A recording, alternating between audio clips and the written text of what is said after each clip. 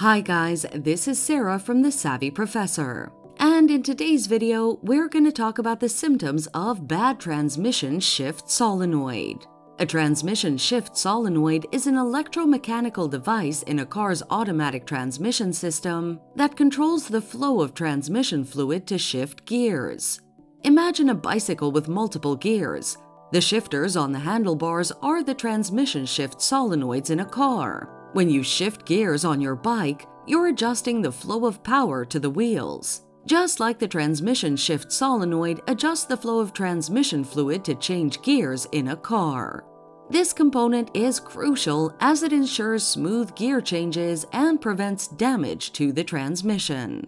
So, what are the dangers of a bad transmission shift solenoid? Number 1. Erratic shifting. A bad transmission shift solenoid can cause the transmission to shift erratically, leading to poor acceleration and poor fuel economy. Number 2. Stuck in gear. The solenoid may become stuck in a specific gear, which can cause trouble when accelerating or decelerating. Number 3. Delayed shifting. A bad solenoid may cause delayed shifting, which can be dangerous in situations that require quick acceleration or deceleration.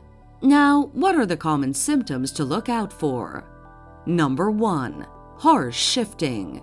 The transmission may shift harder than usual, making the car feel jerky when changing gears. Number 2. Transmission slippage.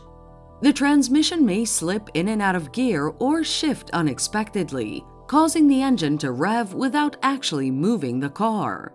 Number 3. Overheating. The transmission may overheat due to the solenoid staying open or closed for too long, leading to potential damage to the transmission. To sum up, here are quick tips on how to fix the issue. One of the quick tips to fix this issue is determining if your regulator is external or internal. If it's external, it can be replaced by disconnecting the battery and replacing the old regulator. If it's internal, it may require replacement of the entire alternator. However, in some cases, the regulator may only need adjustment or cleaning, so it's worth checking before replacing it. Thanks for watching.